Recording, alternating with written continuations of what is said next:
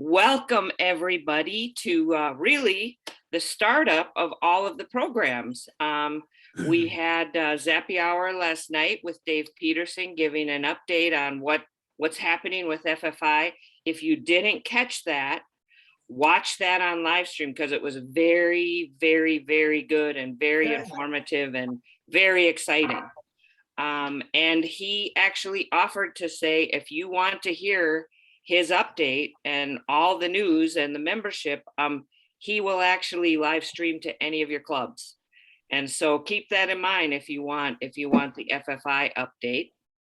I mentioned that this is going to be on our Facebook page. So if you want to find us, FFI Women Connect on the Facebook page. And right here, as we're speaking, dinner comes in. Thank you, Sugar Beets.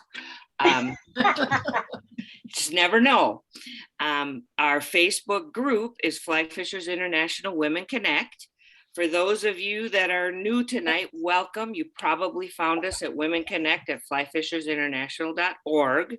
You can also go to flyfishersinternational.org, go into the library, and Molly, I know you can do a big library promotion because a lot of the stuff in the library is from Molly.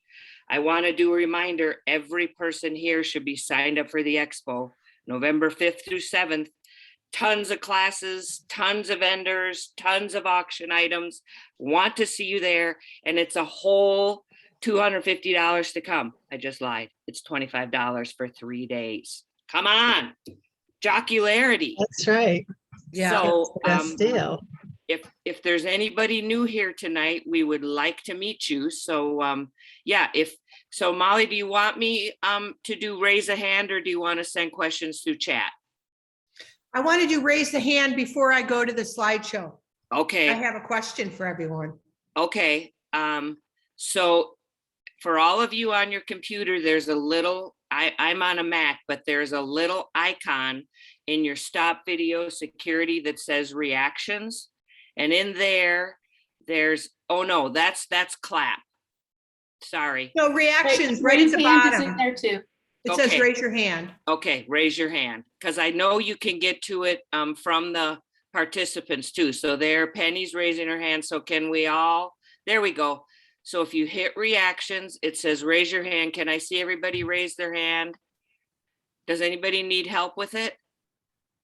All right, and I'll give Molly a heart because we love her, and I'll give her and now you can lower your hands to get ready for my question.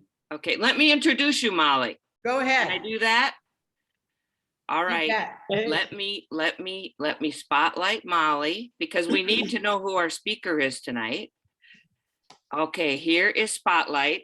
This is Molly Seminek. Oh, you look so beautiful tonight. And I don't know if she knows this. If you watched my interview with April Volke, I talked about getting in. How did I start fly fishing? And it started with a woman's class at FFI. Never had a fly rod in my, well, enough to go to that class, not a new newbie. And so I am here basically because of this woman in that class. And so wow. That was a while back. Molly, we're not, yeah, I was 12 and you were 14, I believe, 20 years ago. We were young. And so this lovely lady, I mean, she changed my life. Can you imagine how many other lives she's changed? She's a master casting instructor. She actually helped develop the certification program. She teaches. It's just she's amazing. So Molly, welcome tonight to talk about spay casting. And you know you're coming back because you have such a volume of knowledge. We need to pick your brain. So I'm going to take you down, go back to gallery. Did everybody lower their hand? Karen, I still see your hand up. Put your hand down, Karen. Okay.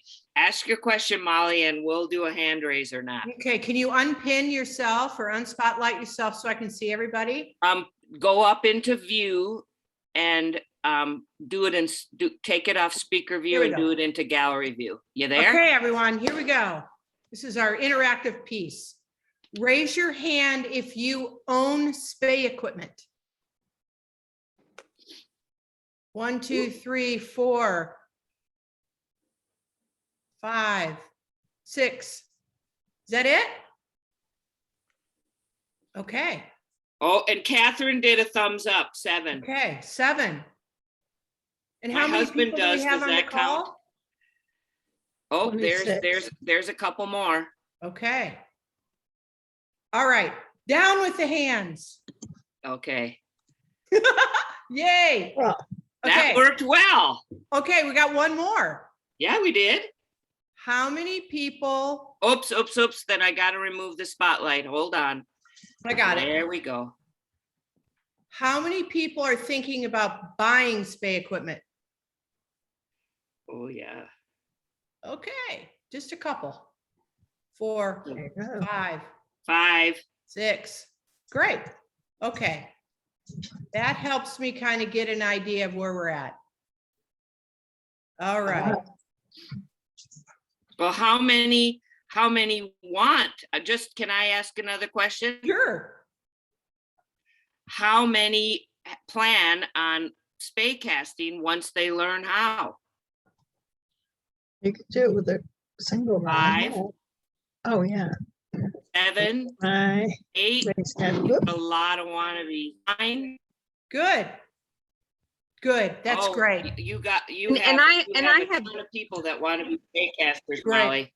Great. And some of us may have tried it, just not, bought the equipment, but tried it with the Sure. guide. Great. Okay, let's get started. There you go. I'm going to start by sharing my screen, which is always the first nerve-wracking, the only nerve-wracking. Oh, look, I did it just like that. Woohoo! Get out of here. Good. Okay, now we're going to go to.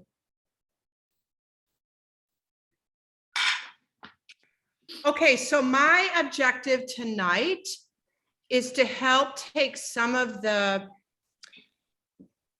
scary part, the equipment part, the lines and the reels and the rods, and try to simplify it. I have my 2-hand MCI, and I trained for 6 years for that test. And it was a long, slow process for me to figure out equipment. So I put this program together specifically to try to help speed that up into a matter of an hour or so, at least to give you an overview to help get you started. I would love it if you ask questions, and Sandy will anytime, I'll ask for questions, but if something comes up, please ask, and I'll try to get to them all tonight. If not, depending on how many we have, maybe I can get to them later.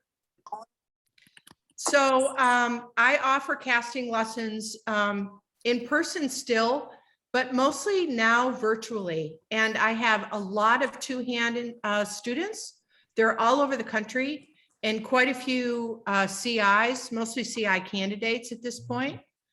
So the virtual lessons are really, really fun. So if you have any interest, just send me a note and we can talk about it, and I can explain a little bit more about it. I'm a pro member of Ballistic Fly Lines, Winston Rod Company, and Orvis Company. And I've been with Fly Fishers International since 2001. And I am an emeritus casting board of governor, and have just recently taken on the exam committee, the CI lead for the exams for the CI. Just because I just can't seem to tear myself away from FFI. So hopefully in this presentation, I'll help you navigate your way through Spey. Rods, reels, lines, oh my. Whoops. Okay, here we go. There are 2 types of Spey lines. There's integrated, and there's the head system. Integrated means the Spey line is connected to the running line. A head system means there's a loop that connects the Spey line to the running line. That's it. Integrated or a head system. I got to move my gallery. You're in on the top of my letters. We'll come over here. Traditional Spey lines, very few people use them. The head I'm going to explain the head of a fly line. It's traditionally quite long, 50 to 70 feet. I use it. I don't fish with it. There are very few rivers, unfortunately, left in North America where they're big rivers full of salmon, where these big rods are used. We just don't have those kinds of fish anymore. It's kind of sad. A head of a fly line. It's the part of the fly line that's the front taper, the belly, the fat part, and the rear taper. That's the head. Those heads come in all different lengths, long to really short. So a traditional Spey line has a long head. Typically you fish the surface or subsurface. Now there are other lines, there are integrated lines that you'll find on your micro Speys or your trout Speys. And the reason they're integrated is you don't like to have, the caster doesn't want to have those loops going through the guides because it keeps the line from going out. So a lot of your small trout Speys, some of you may be interested in, the lines are integrated. Okay, let's go over to the head system. So the running line is that line that shoots out. So you've got your head system, your head that connects with the loop to the running line. The running line is really thin and it flies through the guides really easy without friction and helps that line go shooting into the air. So the Scandinavian line or Scandi line has a head that's, maybe 25 to 40 feet long. That's primarily what I fish with and what I teach with. I have a lot of Scandinavian rods and line setups. But they do have a loop, connect the Scandinavian head to the running line. And I typically use those in the summer, spring and summer on the top surface. North Umpqua, Clearwater, the Snake, I often use Scandinavian lines. Okay, now you've probably all heard of Skagits. Well, Skagits are really short, fat, stubby head. Again, connected with a loop to the running line. And it's short and fat because it's got to roll over a heavy sink tip and a heavy fly because we usually use them in the winter where the fish are down deep in the water. Okay? Integrated head system, traditional Spey, Scandinavian, Skagit. There we go. Questions? Any questions, Sandy? Have I Not lost yet. everybody already? You have no questions yet. Oh, All wait a right, minute. that's either good or bad. Okay. Carrie has a question. Hey, and I met you a good while ago with Rick Williams when I was learning Spey casting. So thank you for you had already said it, so perhaps you've answered it. But for light salmon fishing, my Skagit system is way too big and splashy. So I've gone to a traditional, and it's a lot of two-handed, overhanded. So would you use a Scandi in that situation for if you want a really light, delicate presentation? Because it's Yes. light, Mhm. like small doubles. Okay. Yep, exactly. Because the longer the head, it'll probably have a much longer front taper as well, which will give you a more delicate presentation, just like a single hand fly line. Yeah, because sometimes we're using like a 15-foot leader, which that gets kind of interesting too. Yeah, it's pretty long. That's really long. Okay. And Jane Miller has a question. Yeah, I was just curious, would the Skagit also be what you'd use for steelhead as well? It's not the quarry. It's not the fish. It's the depth. Okay, so depending on the river that It's you're all on. about the depth. If you've got to go deep, you got to use a fatter head, which is a Skagit, to get you down because you'll have a sink tip in a big Okay. fly. So Or if you I was might on the not- Olympic Peninsula, I was most likely using a Scandi then? Yep, it's water column. Okay, gotcha. Traditional Spey, top, Scandi, top maybe 6 inches below the surface, Skagit's deep. Okay. This is your integrated line. So there's no loop here and there's no loop here. And here's a Skagit head system. So you'll have a loop here for your sink tip, and you'll have a loop here for your running line. When I was first learning, we all do the silliest things. I put a long leader on my Skagit line, just a regular floating leader in a light fly, and I couldn't cast. I just could not cast. Well, the Skagit systems are designed to have a sink tip on them. So I didn't realize that early on. And so I couldn't cast. All this energy was piling up all at the end of my cast because I didn't have this long sink tip on. So it's one way to learn. I'll never forget. So let's talk a little bit about running lines. Can you see the gallery view on top of my running lines? No, Okay, good. So you have different kinds of running lines. Coated running lines are much easier on your hands, and they're much easier to mend. But people that are real Skagit launchers and like to cast really far, they'll typically just use a very slick monofilament running line. But I tell you, it's a bugger on your hands, especially if it's cold out. So I always prefer coated. And I don't need to cast 100 feet. So that's just my recommendation when you buy your running line. It's really important to know to do a little bit of homework on running lines before you buy it. So it goes your backing on your reel, your running line, and then your fly line.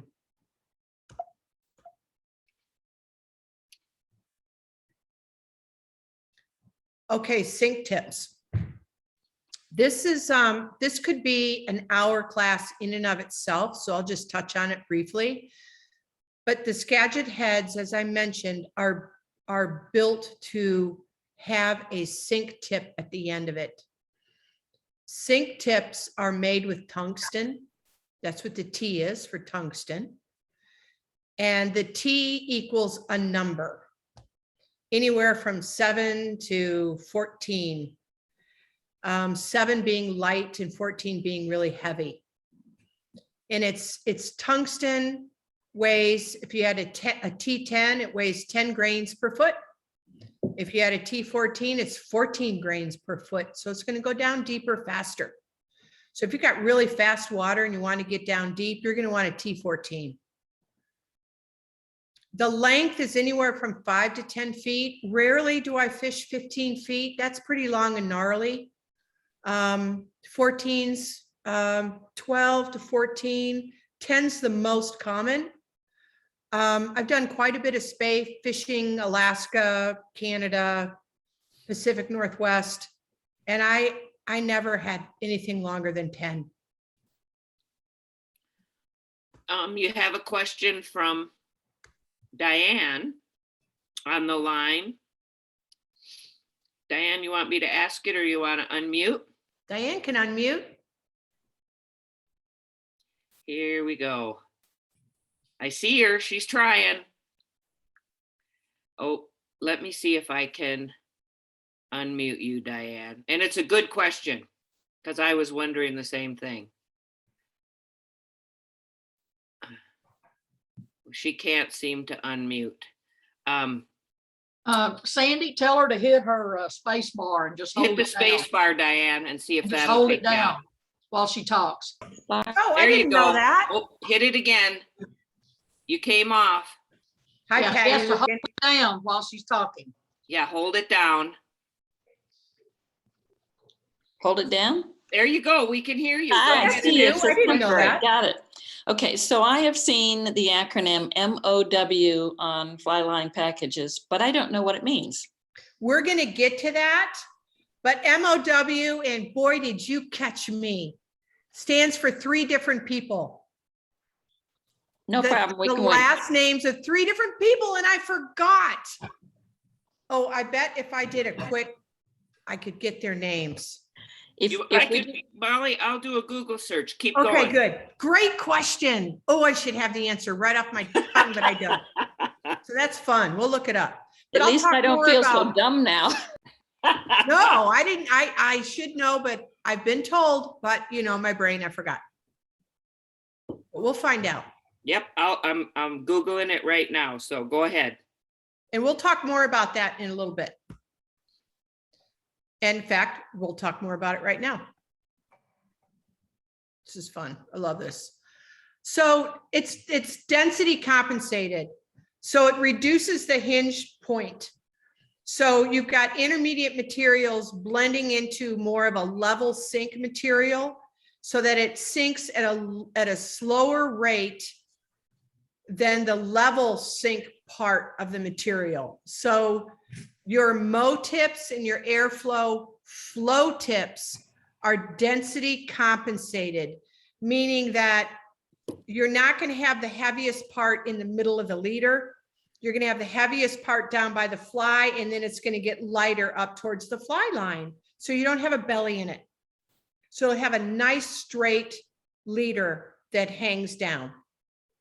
So it's density compensated, your mows and your flows. There's the answer to the question. I just don't know MOW. I'm still looking. It's in Molly, chat. somebody put just it in the put chat. MOW in the Yeah, chat. McHugh, Ward, and O'Donnell. Oh, thank you, Penny. Say it You're again. welcome. McCune. Ward and O'Donnell. Yeah, Brian, yeah. McCune's, yeah. Thank you. Penny, Mabel, thank you so much. There, I learned something. And Rebecca has a question about the mow tip. Rebecca? I think she's Reb on the. I'm not seeing her. Yeah, I'm sorry. You know, I got into this a while ago and I purchased mow tips, and some were 50% sinking, 50% floating, 25% floating, 75% sinking, you know, that kind of situation. And I find that I never use those. When I do mow tips, I usually use the fast sinking, you know, so I use the full sinking mow tip. I just wanted to get your thoughts on that. That's really interesting. It's getting extremely complicated. When I went up and fished the Squamish with a guide last fall, he wanted it to be 50-50. It was the tip and the medium section all floated down Right. at the same rate, but you can have different sink rates. Right. And honestly, I'm just not that a big of an expert on it. When in doubt, I just get kind of that 50-50. But I'm sorry, I can't give you more of a tutorial than that, because this is something that I just learned about last year when I went on the Squamish in British Columbia.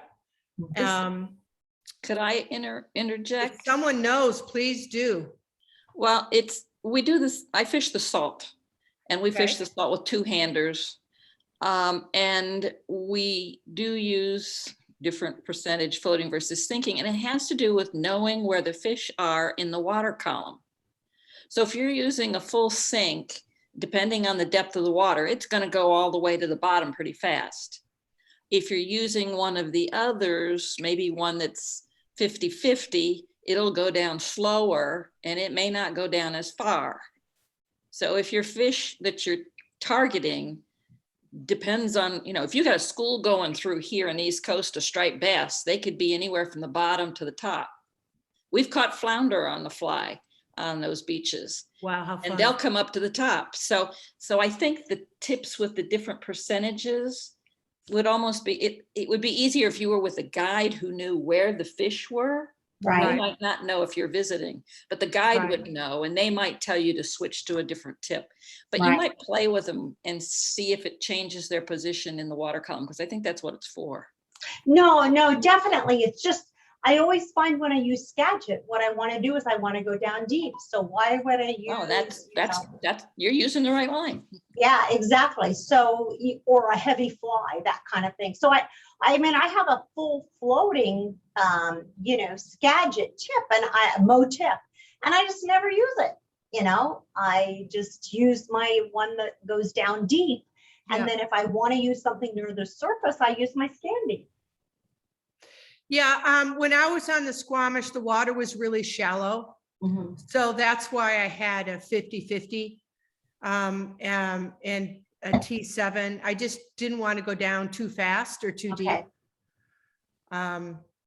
Well, that was really helpful on the saltwater. Thank you so much. That was, Thank you.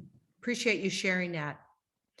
So poly leaders are typically not used trout fishing. They're pretty expensive, but I love them when I'm spey casting. I like the weight of them. I like the feel. They've got a really nice coating that's similar to fly line. They're a really beautiful extension of the fly line, and you can even get them with some tungsten in them. So when I'm fishing on the surface, and if I need to get just about 6 inches to a foot below the surface, and I'm using a Scandinavian line, I'll use a sinking poly leader. Clear. Molly, can I ask you the difference between poly leader and Versa leader? Is it just a different brand? Oh my gosh, you guys. The Versa leader just came out by Rio, and I need to go search it. I asked a friend of mine, Rick Williams, and he didn't know what it was either. So I can't answer that. You'd have to go to the Rio website and see if you could Okay. figure it out. Okay. It's a great question. Boy, I'm flunking. I think I have a B so far. But the poly leader that have a little bit of tungsten in them are really wonderful for like the Rio Grande when the fish are just below the surface. So I always have a couple poly leaders in my bag. And I have another question, because I just went to my local fly shop and I said, is it true that with Skagit, you use the motifs, and with Scandi, you use the Versa leader or poly leader? And he says, not so much anymore. We mix and match, whatever works. Yep. And that was with Scandis? Well, he just said, he says you can use either, like if you're using the Skagit, you might use 50-50, but if you're using the Scandi, you might do a certain IPS, like 1.5 IPS or something. So he was Inches saying per you really second. could do either. But you typically don't use sink tips on Scandinavian lines. They're not designed for them. Okay, gotcha. Makes sense. Yeah, They're designed for the Skagit lines. right. Okay. But you could put a sinking poly leader on a Scandi line. Right, right. And some fly lines actually have a removable 15-foot tip to them. Yeah. And they kind of convert themselves into a little bit of a Skagit line. And you can put a sink tip on those. Rio makes one and Ballistic Fly Line makes one. So they have a 15-foot removable tip, their front end of the Scandi line makes it a little bit of a Skagit. So you got to get 2 lines out of it for the price of 1. Right. I might be jumping the gun, but when you have a motif and you need to add a tippet,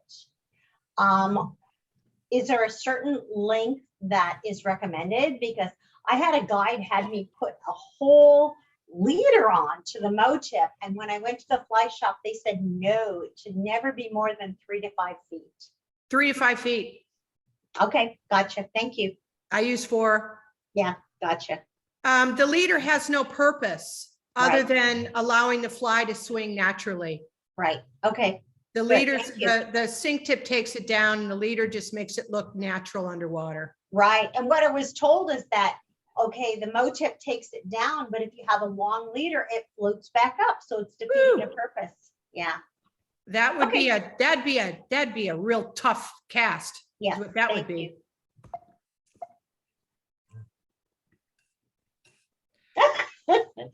Okay. Okay, I only want one outfit. I'm not going to go out and buy a bunch of fly rod or spey rods, unless you're me.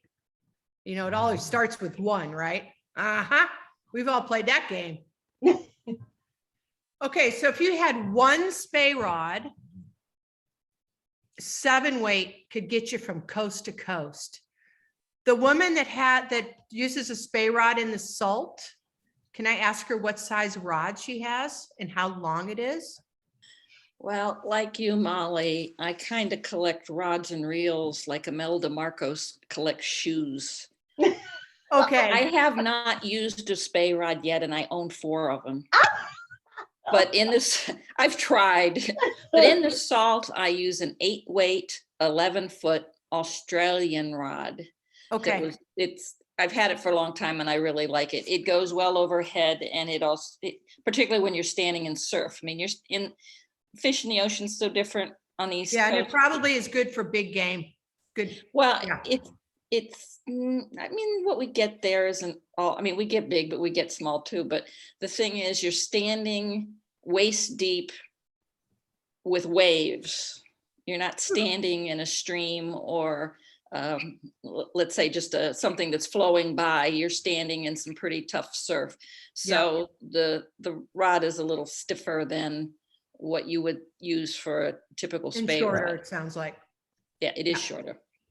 Yeah, it's So 11. typically, No, a mine's 12 foot. I 7-weight have to think a rod, minute. It's 12 foot. yep, a 7-weight rod can get you from coast to coast.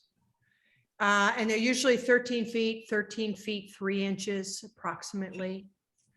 They're making some really nice, with the Spey rods with a nice price point around $350. If the first Spey rod you buy, promise me you'll buy a mid-flex. The fast action rods are so hard to learn on. You can't feel them load. They have really tricky timing to them. I have sent all the fly shops in Seattle, when a woman comes in, typically the women that I'm teaching, and one guy, men and women come in and they go, I need a mid-action Spey rod. And they said, did Molly send you? So it's because they're easier to learn on. And even the more advanced you get, the more you want a medium action because you want to feel it load. So then when you buy your reel, you want to get a Spey reel. When the frame and the spool, if you don't have a Spey reel, there can be a gap. I learned this the hard way. There can be a gap that catches your running line. The Spey reels are designed so the spool fits pretty, it overlaps. You could get away with a saltwater reel if you have one at home, or a big trout reel, and you typically go up 2 sizes. But you may find that running line gets caught between the frame and the spool. Just a word of just some tips on buying your Spey reel. Penny maybe has a question. I see a hand up. Yep, we kind of have a bunch of questions here. Good. Let's hear it. Let's see if I was asking if you can tell me the difference between a Spey and a switch rod, because I've had places where people have I was down at Pyramid and they said, you want to try a switch rod? And to me, I think it's shorter, but I'm not sure. It's shorter. They're typically around 11 feet. Yep. And okay. they call them switch. It's actually a really old term. Well, old. When I used to work the show circuit for Orvis, switches were just coming out. And it can be used for trout as well. That's why they're around 11 feet. You could actually use it from a boat. You could nymph with it. So they could switch to trout, switch to Spey kind of thing. 2 hands, 1 hand. It does a little bit of both. So it's just shorter. But then they came out with all these micro Speys and trout Speys. And so now the term doesn't really mean anything anymore. It's just shorter.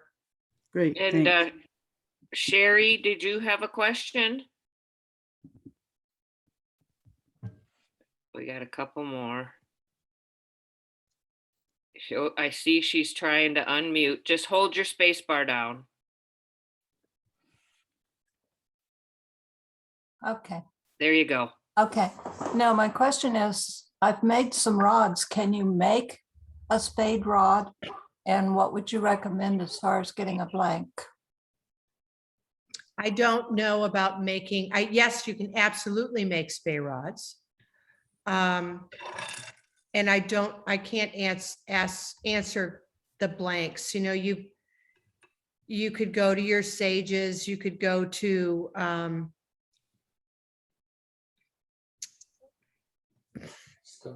you know, I can't, I don't know, because I don't make rods, but I do know you can make Spey rods.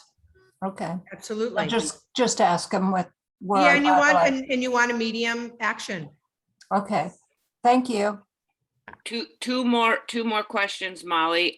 Jane Miller and Diane. Jane, do you wanna, your hand is raised. Yeah, I have a question. So I was up there, of course, lived up in the Seattle area, so probably one of the fly shops you've been to.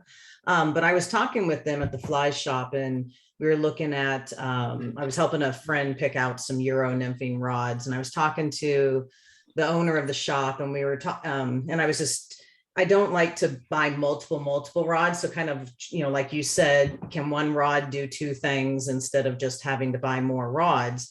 And so he had mentioned that sometimes a single hand Spey rod could be used as for Spey, but then also could be used for Euro nymphing. And you kind of mentioned That's something correct. about that. So what kind of weight though? Because you're talking a 7-weight rod here for Spey at 13. So what would be, if you're going to do that kind of crossover to use them Probably a for- 5. That's a great question. Thank you so much for Yeah. asking that.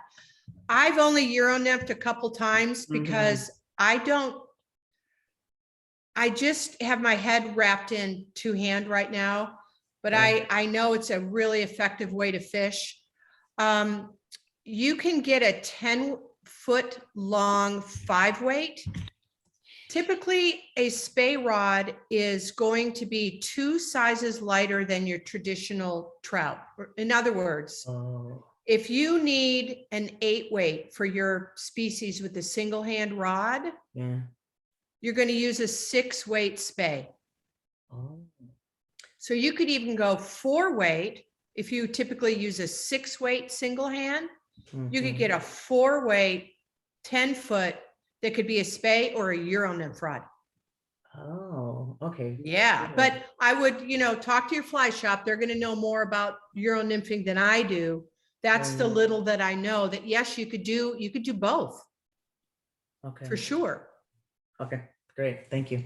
And Diane has been patiently waiting for her, for No, her that's okay, turn. because it's all been interesting. I'm not, it's really good Yeah, these to, questions are fabulous. you can tell this is a group that's rabid for knowledge. Yeah, I love it. The question I had is you were talking about a moderate action or mid action. Is that the same as a traditional Spey? I see. I don't some know what rods traditional advertised as Spey means, traditional other Spey. than a traditional Spey line. No, the Traditional rod. Spey line, there is no such thing as a traditional Spey rod. I've got descriptions from manufacturers that describe their action as traditional Spey. Have no Don't idea. know. what that means. That's why I asked the question. I didn't know Yeah, what that meant either. I would assume slower, but Yeah, I mean, was. the I first didn't- rods, Spey rods were bamboo, so they were slower, they were bent all the way down to the cork. So if I had to guess, I would say it would be slower, medium Softer. action. Yeah, be a softer rod. Okay. Yeah. So the reels, some people don't understand this, but when you want to balance your Spey outfit, your rod and your reel, the reel needs to be heavier than what you're used to with trout rods, because you've got a longer lever. So if you've got a 13-foot rod, you're going to want your reel to be a little bit heavier. And so traditionally or typically Spey reels are heavier. Just so you know that. If it's too light, it's really awkward. You'll be constantly using your hand to lift the tip of the rod up and keep it on the horizontal. Okay, so we're going to have one rod, a 7-weight, 13-foot, 13.3. A reel with spool, and then you buy an extra spool. This is the perfect reel world. You don't need to have the extra spool if you don't want it, and you'll understand what I'm talking about in a second. 3 fly lines, and the 3 fly lines are dependent on where you're going to fish. Are you going to fish surface, or are you going to fish deep? Are you going to be a real student of Spey? If you're going to be a real student of Spey, you're going to want to get that integrated Spey line and not a head system, a longer belly. Most people aren't going to want to learn that the longer head Spey. They're probably just going to want a Scandi and a Skagit. And so then you just need one reel with a spool and one extra spool. So one spool would have a Skagit, one spool would have your Scandi. You can fish all water columns, and the Scandi is a wonderful line to learn on. If you're taking notes, get the longest Scandi you can find. And if you have a question, you can write me. You want the longest Scandi head you can get, which is going to be 40 something feet, because it makes the casting easier. So your spools, you know, the fly shop does this, but typically 150 yards of backing, 20 or 30 pound backing. And I actually already covered all this. Your Scandi heads are 38 to 44 feet and your Skagits are 23 feet. But the shops know how to set up your spools for you. Just do take some time thinking about running line. Because you want to have something that you feel that's comfortable in your hands. So now we are going to go fishing. This is the Grand Ron. I went with Heather Hodson a couple years ago. And sorry, I have to keep moving the gallery around. Great river. So in the Pacific Northwest, we typically start fishing in July and fish through September all the way through October. When the water is low and warm water, the fish can be spooky. So that's when you're going to be probably fishing on the surface with your Scandi lines.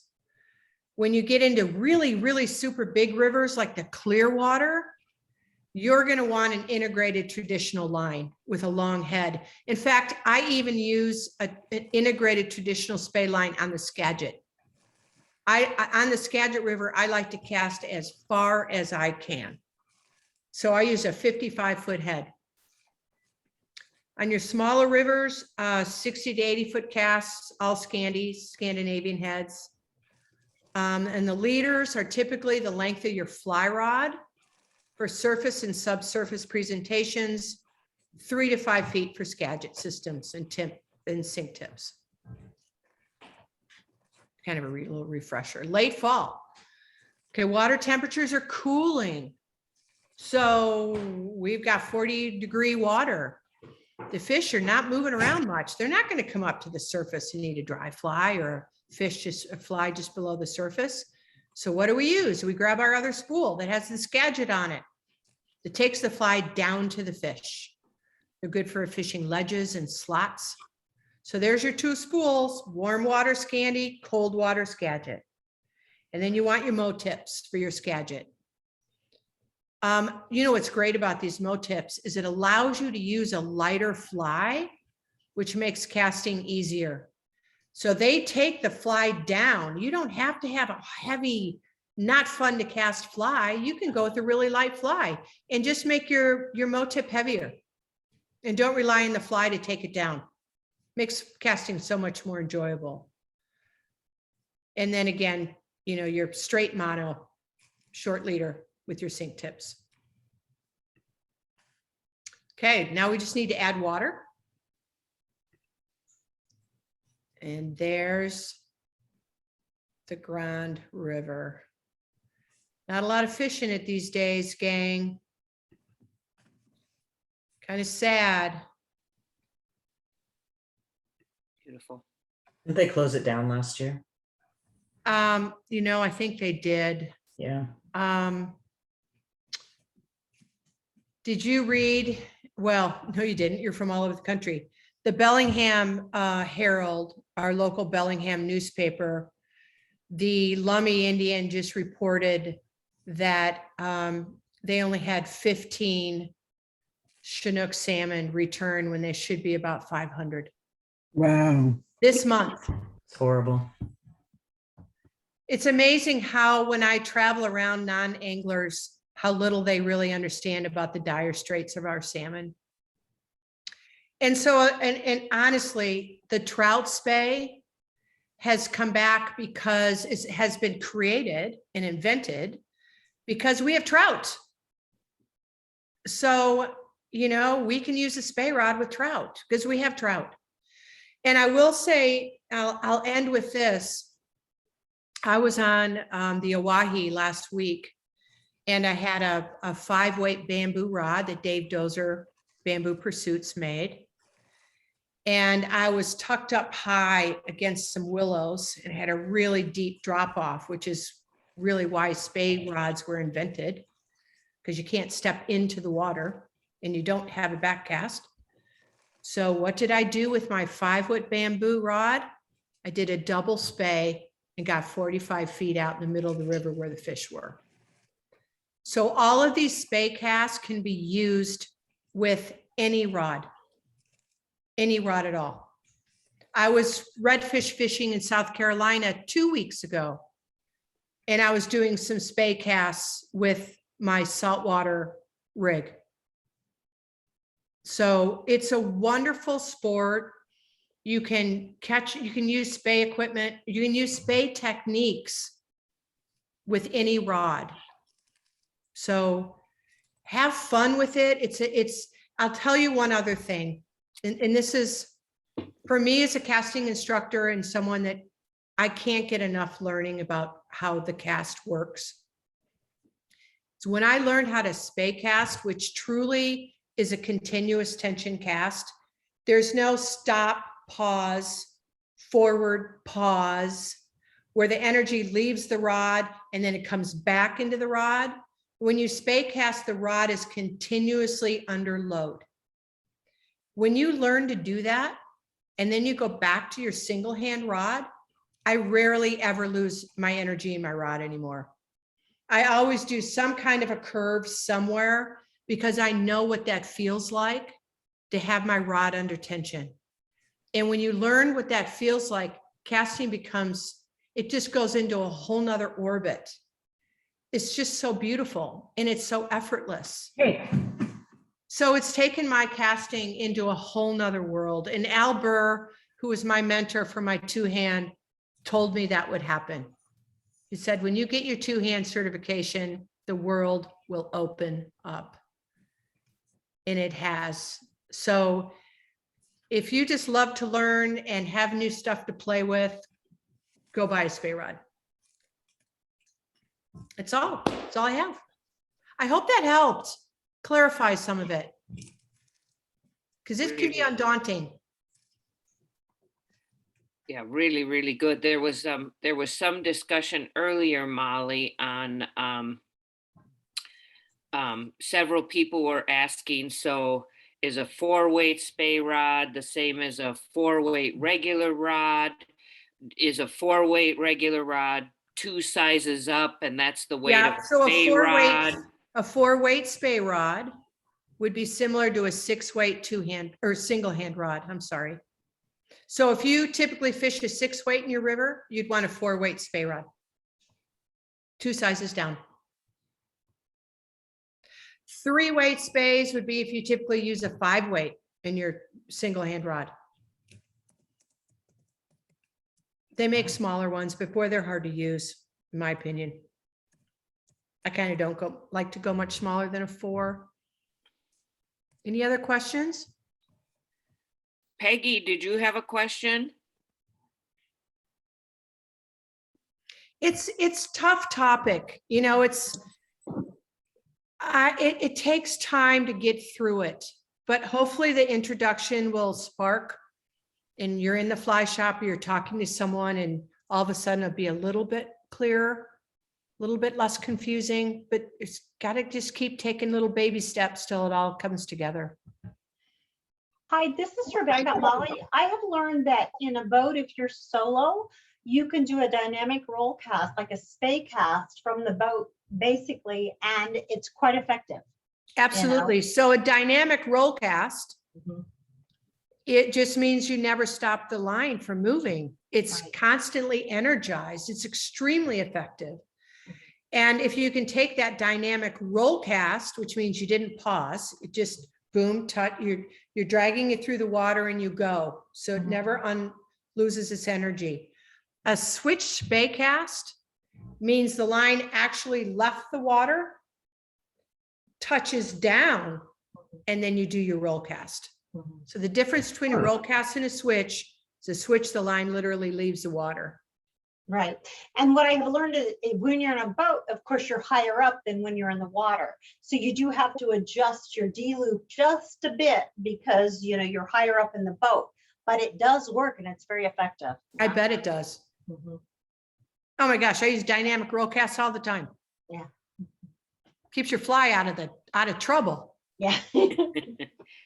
Go ahead, Peggy. Yes, if you have a fused lower back, how much twisting and turning is involved in this?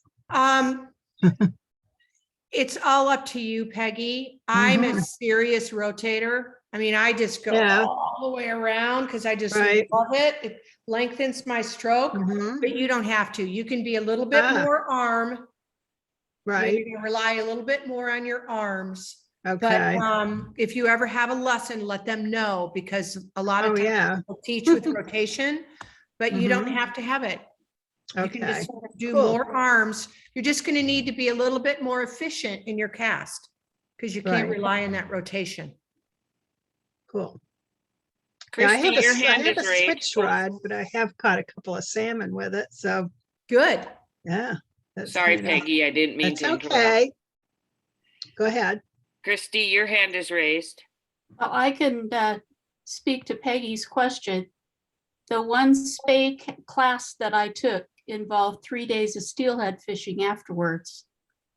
And the spey rod they had me using on the first day of instruction was a 12'6", 8'9" weight rod. Holy shit. Wow. And That's huge. Holy cow. they didn't teach me a modification for the twist. So by the time I got to my second day of actual fishing, the guide had me down to an 11'6" 6 weight, and then I could handle it. And he taught me a modified start to the cast Mhm. so Good. that you use your arms and shoulders a lot more, Right. but you don't have to twist as much. And you So don't we need had an to 8'9" make it through a rod. day of fishing. One of the things about, the more I learn about casting, and I think that we all, even in single hand world, I can get by with this, with a lesser rod, a smaller rod. So an 8'9" rod, I wouldn't even use it. I mean, I learned with it for this 2-hand MCI exam. The only place I would fish with that rod would be the Clearwater. A really, really big river with big fish. Now, what did I know? You know, Yeah, they must have ran out of rods. So they had to They did. pull There that you one out. go. That's right. they ran out of rods. Yeah, Mhm. where was that? You That didn't have to tell me the name, but what river? The lower Rogue. The Lower Rogue. Nice. That's supposed to be fishing quite well right now. If I'd had my way and COVID didn't exist, that's where I would be in another version of that class. Right now. That's awesome. That's great. That's where we would Cool. be. Yep. Medford, Grants Pass. But yeah, Grants Pass, yeah. that area. Cool. Yeah, I fished the North Umpqua, which is just a little further down the highway, a couple years ago with a guide that's been guiding there for his whole life. He's probably 50 now. And he carried 3 rods. He carried, because he knew I could handle all different head lengths, he carried a traditional spey, a scandy, and a skagit on every hole that we fished. And we would start way far with a traditional spey integrated. And then we'd go to the scandy, and then we'd finish trudging the bottom with the skagit. And we did that with every single hole. It was really neat. Yeah, I didn't fish with anything but Skagit during that trip, Yeah, just because of where we were. and it works. It's a really works. Okay. Molly, as this conversation's going on, I realized I was on a fishing trip with a guide and he's like, Sandy, you need to water load and not haul as much. Is that the same thing as he just had me water loading the line? Water load is just puts tension between the fly line and the water, so it loads your rod deeply. Okay, because So I'm if you like, I just never lay it on the lifted my water, line all out you of have the to water. do is come forward. It's just a super cast. Okay, Loads the rod up. And that's the one on the when the Olympics, because they can't on the boats last February, March, you weren't able to actually fish from the boats. You have to get out and wade. And so that's what they were having us do, was a modified Spey type of single hand, cast with that water load. Yeah, it works great. Interesting. Yeah, because he didn't have much choice, because he's like, okay, well, we can't be on the boats. I'm like, okay, we're on the boat Bogashell. Uh-huh. Yeah, so getting a steelhead up there. So Great. yeah. Well, it's fun. It opens up your world for sure. And there's skating. I mean, you can skate flies with the Spey rod. You can use a Spey rod for coho and skate flies on the beach. And the coho will come up and bop it. You can Spey for bull trout in the ocean and they'll come up and hit your top fly. So. now Molly, we do have, I know at least one person who is going for her MCI. Can you talk about a little bit about what you need to do for Spade for the master casting? Well, I don't have the exam in front of me, but I'm guessing, if I remember, it's a single Spey. Single Spey. Okay. Probably a switch cast and maybe even a double. Okay. And are they in your group? Are they here They tonight? are in the group, but I don't know if she wants me to call her out. Well, Marlene. have her contact me. And if she wants me to help her virtually with those casts, I use OnForm. And it's truly a really great way. All of a sudden, I can teach all over the country. People can come to me via virtual. If she doesn't have someone nearby. She's Hi, thumbs upping Molly. you. It's Marlene. Oh, Marlene. Minnesota, yes. I'll contact you. I need some help. So yeah. Okay, I'd love to help you, Marlene.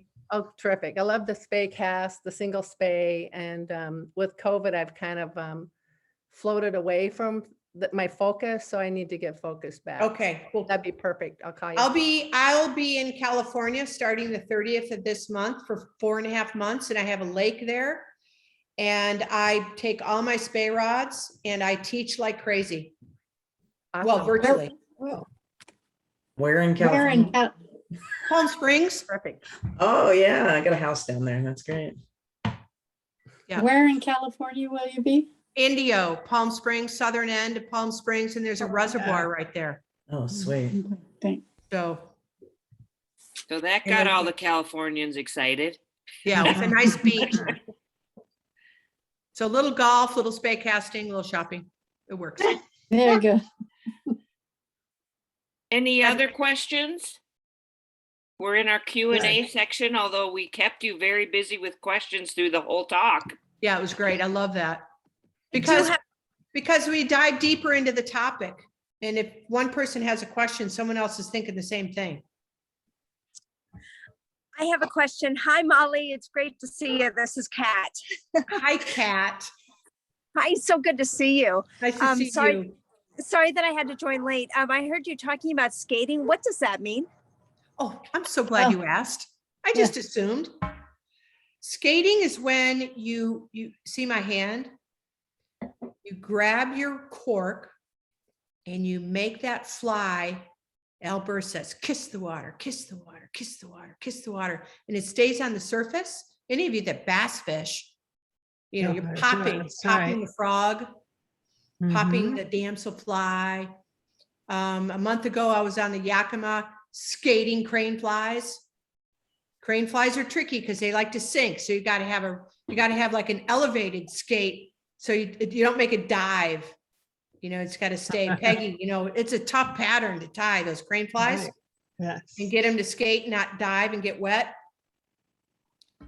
So Okay. that's skating. And oh, when a fish comes up and eats it, get out of the way. I mean, it is like, you cannot scream, period. You can't. It's just so much fun. And people Awesome. don't realize you can skate flies for coho. Coho love to come up and eat the top, flies off the top.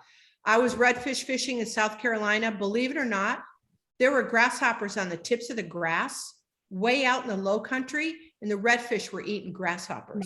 They do come out. So people forget about the top.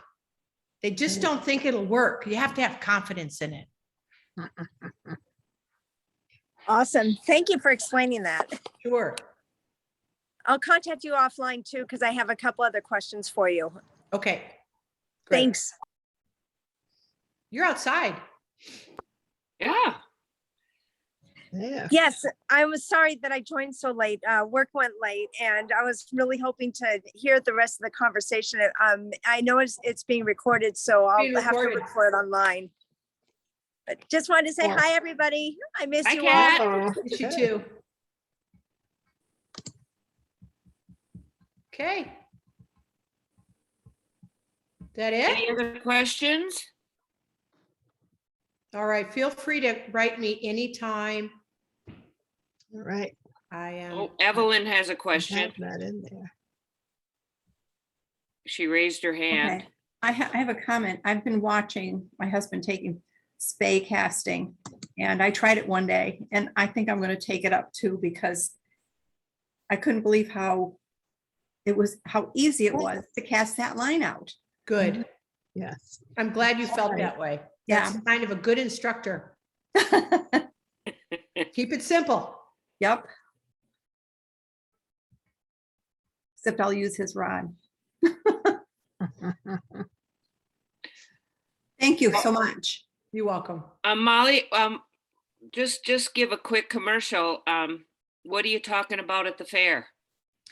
So I have a class with Heather Hodson. It's going to be so good on men's, aerial men's, on water men's. And we were fishing a secret river where we did all our filming. We've been working on it for 8 weeks. Oh my It's goodness. tough stuff, combining PowerPoint with video. And then I'm partnering with Captain Stacy Lynn. She's a redfish guide in Texas. She and I have taught together in Texas before, and we're doing the saltwater quick cast. And she and I have been working on ours for a couple months. It's been quite the learning experience with all the IT stuff. Mhm. Yeah, I've been filming my husband who's doing Casting into the Wind with Marianne Dozer. Right. And so a lot of filming, a lot of editing. Guys, it's really going to be good. So are your classes filled up yet, Molly? Or Yeah, is I've there got still? 14, 15 in each. And I gave a lesson today, and he signed up for everything that he could. And he said there's some that are already closed. Yeah, so get on, sign up if there's a class that you want. Because they are filling up. Come to the Women Connect room in between talks and visit and talk with us. And so that's be there. the next venue will be the expo that you'll see all of us. So Right. Get on. And will it be self-explanatory how we find the Women Connect room? Yeah, it'll be on there. When you get your directions on getting on HOVA, you can go to a vendor, you can go to your next talk, you can go, the Okay. auctions are open now. So Okay. go check out some auction stuff. You'll go to Molly's talk, come back to the Women Connect room, go to the question room. Yeah, everybody that signs up, they'll have directions for that. And do you know, does Patty know how many people have signed up so far? Right now, there's over 300. The goal was 1,500. Great. So, They're still looking for films if you're a filmographer, if that's the right word. They're still judging that, aren't they, Kat? So you still have time to get your films in. Yeah, and there's lots of stuff in the auction, so check that out. So Virtual Expo, go on the FFI website, ffi.org, Fly Fishers International, and pay your $25. I mean, look at the how great it'll be. Peggy's tying. Yeah. Great. Well, thanks for doing this, Sandy. Yeah, Patty, thank you, Molly. congratulations to you. I can't see you. Fly Fisher of the Year, where are you? Patty had another meeting at 8 o'clock and had to check out. Well, I hope you all gave her a round of applause. And it's her birthday tomorrow.